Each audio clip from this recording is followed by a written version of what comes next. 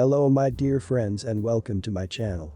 Don't forget to make yourself a cup of tea with snacks if you want, because today we have very interesting stories, and one of them is a story about a kid who disturbed OP and his dog a lot, and then kid's mother came. Please subscribe if you haven't, and I hope you'll enjoy it. My name is Bookworm. Hi. I have a service dog in training who is a Corgi, medical and psychiatric alert and response dog. In my state, SDITs have the same right as STs. A lot of entitled parent stories about her. I am about to buy a senior in the Midwest.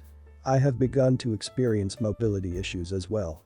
So, on to the story. I was at my local mall walking around with one of my good friends with my SDIT, her name is Cora. I was looking at a clothes rack with Cora sitting and laying down right next to me. She has a blue service dog vest with 2 in training patches on either side. I feel someone go, "Oh my god doggy," and I turn around and there is this adorable little girl who couldn't have been older than 5. She was running towards Cora and Cora perked her ears up. Side note, my dog loves kids, she always flips onto her back for them so they can pet her tummy.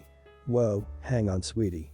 I move in front of my dog and crouch down, so I'm eye level with the little girl. You can't pet her. Why not? She's service dog, which means she has a job to do. What kind of job? I have medical issues and her job is to help me through them. The little girl's mother comes running into view and she looks at us. There your LGEP grabs the LG. You can't go running away like that. Mommy. Look. A doggy. Oh, how cute. She looks at me. Where did you get her? I got her from a breeder that specifically breeds Corgis for South Dakota work. Oh. Mommy, I want to pet the doggy. Oh, I'm sure this nice lady will let you. I open my mouth and the LG says. No, because this lady says her dog is a service dog. Aren't service dogs supposed to provide comfort? Actually, don't service dogs provide comfort to children in hospitals? My baby is dying. She just got out of the hospital, and this is her last wish. How dare you deny my baby her last wish?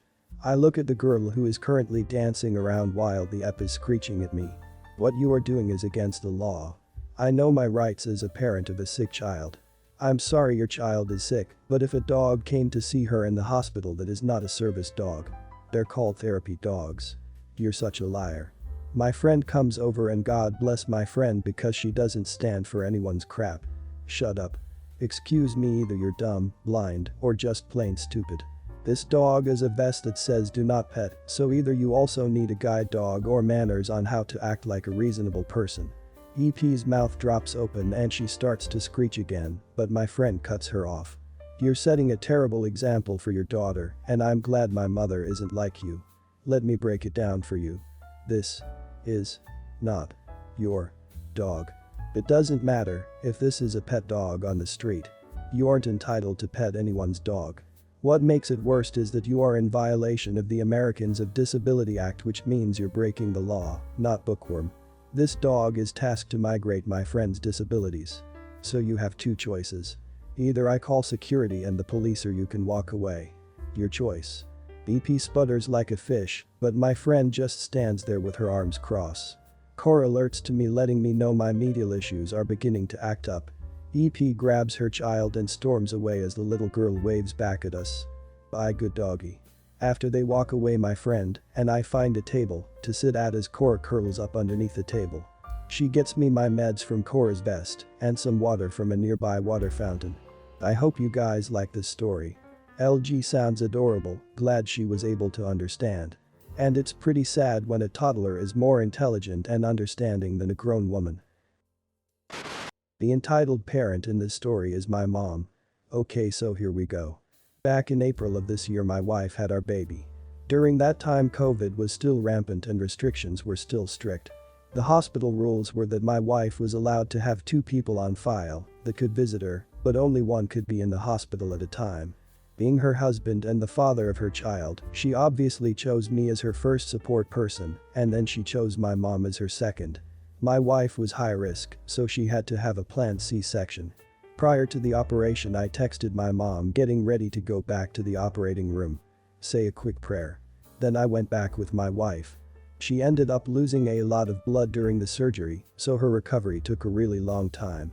Several hours before even I was allowed to see her during my wife's recovery, I was in the nursery with the baby making sure that everything was okay with him. About an hour into my wife's recovery, a nurse comes in and says, "Hey, there's someone on the phone asking for you. Can I transfer them over?" I say sure and the phone in the nursery rings, so I answer. "Hello? How dare you don't answer me? I have been texting and calling all day." "What do you mean? I don't even have my phone. My wife is still in recovery."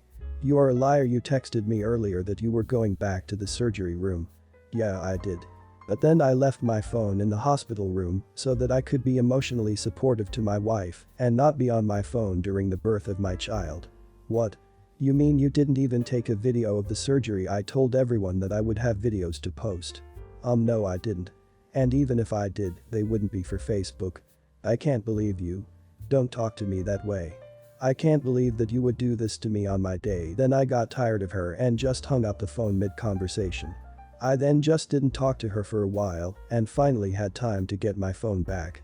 I take some pictures of the baby, send them to my mom, hoping she was just being emotional earlier, and give her a call. "Why would you do this to me?" "Do what to you? Push me away like this? It's been hours and I haven't been able to see the baby." "Huh?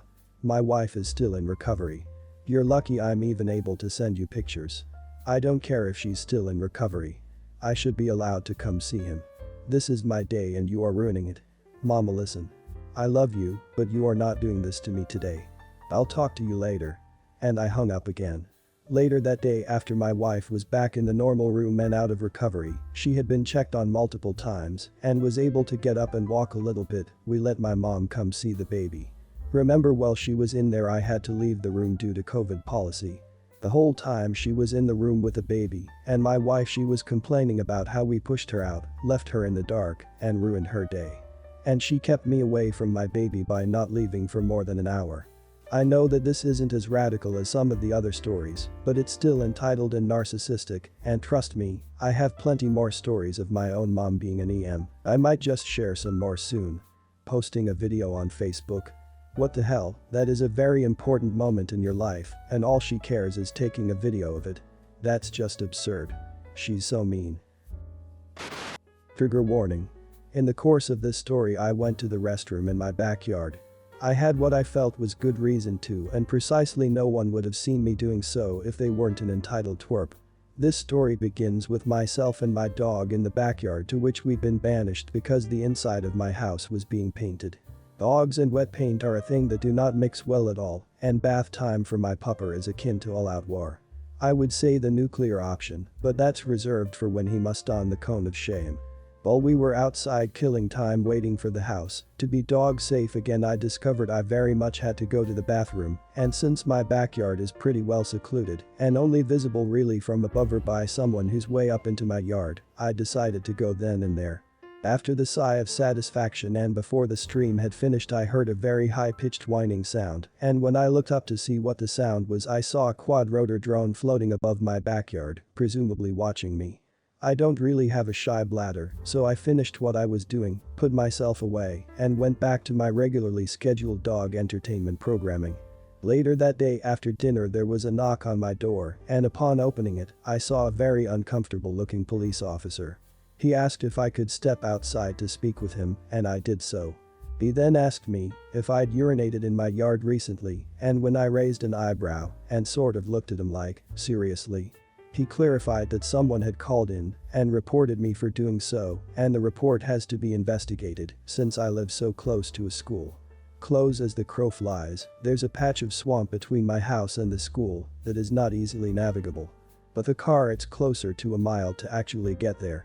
I confirmed that I had and showed the officer where I'd done so, and then told him that the only people that had seen me were my dog and someone flying a drone over my backyard, and I was reasonably sure my dog hadn't phoned the police on me. The officer thanked me for my explanation and said I very likely was not in trouble, but he would take it as a favor if I just used the toilet for the time being. The next day my dog was in the dog run by himself, sun worshipping while I was working. I had the door open in case he started barking at neighbors or what have you. Suddenly he looses his fiercest war cry and starts making distress noises.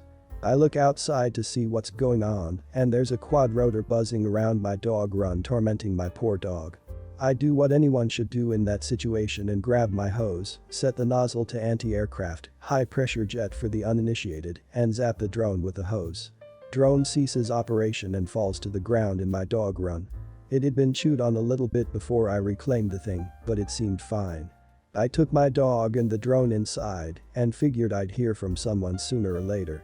About an hour later my doorbell rings and there's a 12 or 13-year-old kid on my steps with a bike helmet on and his bike thrown into my garden. I ask if I can help him and he demands I return his drone. I ask him why I should, when all he's done with it in my experience is harass me. He starts foot stomping and throwing a shrieking tantrum. My cousin, who is 7, had grown out of throwing many moons ago, demanding I give the drone back now. He actually concluded with, "And that's final." I found that frankly adorable and started laughing. I told him to come back with a parent if he wanted the drone back because he's not capable of acting like a grown-up for this conversation, and went back into my house. The kid actually tried and failed to destroy some of my garden before picking his bike back up and going home. Around 6 that evening there's another knock at the door and the kid's back with a man who's a little bit older than I am. I think he knew his kid was full of it because he sheepishly asked me if I'd robbed his son and stolen his. Around 6 that evening there's another knock at the door and the kid's back with a man who's a little bit older than I am. I think he knew his kid was full of it because he sheepishly asked me if I'd robbed his son and stolen his drone. I smirked a little bit at this and told him exactly what his son had done with that drone and how it happened to come into my possession. His face couldn't decide between chagrin and fury and he turns and asks his son if this is really what happened. His son just starts bawling because he knows he's caught, and the dad says, "When I bought you that drone I said there was one rule. You don't bother people with the drone." The dad apologizes on his son's behalf and says I can keep it. The kid emits a squawk of indignation and fury and says I'm telling mom. There's a bit of a scuffle between them while the dad wrangles the kid back into the vehicle they arrived in, and then the dad comes back and gives me his cell number with instructions to text him if his ex-wife should darken my doorstep. I said I would and waved goodbye, mostly to needle the kid because the twerp had it coming. A few days later around lunchtime I heard an ominous bang sound, followed shortly after by pounding on my front door, not knocking, pounding. As I got closer to the door I could hear high-pitched shrieking and I connected some dots. Before opening the door I found the drone dad contact in my phone and texted, "I think she's here." Then I opened my door and was greeted with the sight of an extremely irate, slightly younger than usual Karen. When the woman sees me she starts screaming at me for stealing from her precious boy and how I am just the worst human being to grace the face of the earth in her estimation. She's got quite the head of steam worked up and I can see almost immediately that I'm not allowed to talk, so I decide to pour gasoline on this fire and send a follow-up text, "I can see why you got a divorce." Right when I hit send this woman slaps the phone out of my hand and onto the ground and demands I look at her while she's talking to me. I go for a non sequitur and say at me. This startles the Karen long enough for me to clarify, talking at me, this isn't a conversation. It's worth noting that it was about 12:30 p.m. and this woman had merlet breath so strong I felt like I was getting a buzz just being yelled at by her. She lets out a squawk and starts to puff up like a blowfish, readying another verbal salvo when I hold up a finger, stoop to grab my phone, and then speed dial the police non-emergency line on my phone, because it's pretty obvious how this is going to go. When she demands to know who I'm calling I tell her calmly that I'm calling the police. Her response was, and this is a direct quote, "Freaking good. Let's see how the pigs deal with a mosquito weasel like you who steals from children." The operator actually heard that, and bless this woman's heart she actually said, "I think I understand the nature of your call. Can you give me the address where this is happening?" I did, and the operator thanked me and said a response was on the way. While I was talking to the operator I got a reply from the dad. "Oh God, tell me she's not drunk." Deciding I didn't need my phone slapped out of my hand again I just sent a thumbs down reply to the text and settled in to get yelled at incoherently until backup arrived. It wasn't all that long in coming, maybe 5 minutes total before the boys in blue showed up.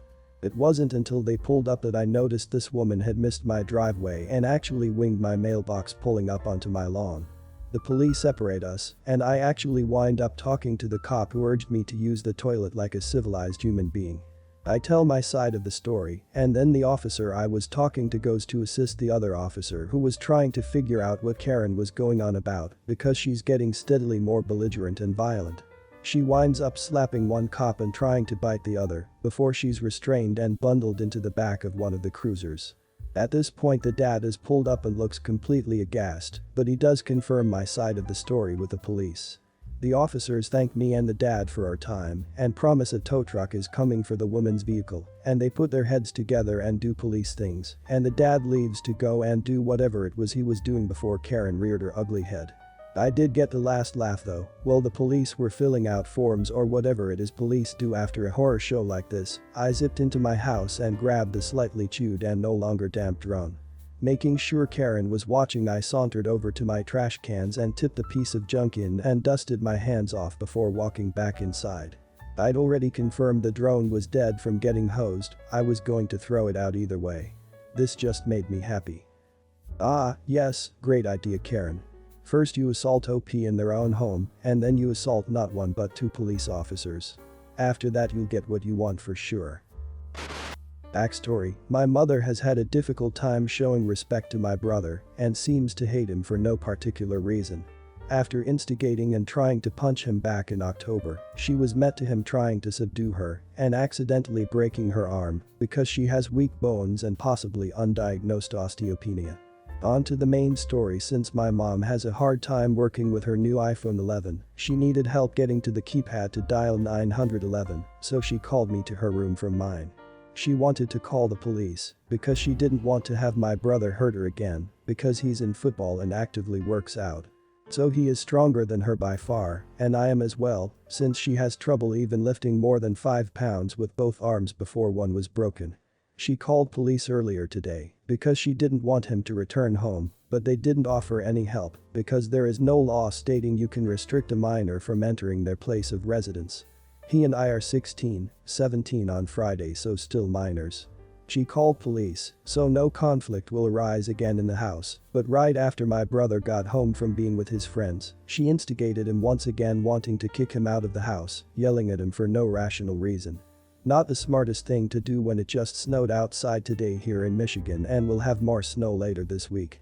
During the conversation with the operator, she easily sounded drunk and actually was drunk as I saw a bottle opened on her dresser, saying the most generic desperate mother stuff, saying she's a single mother and all that.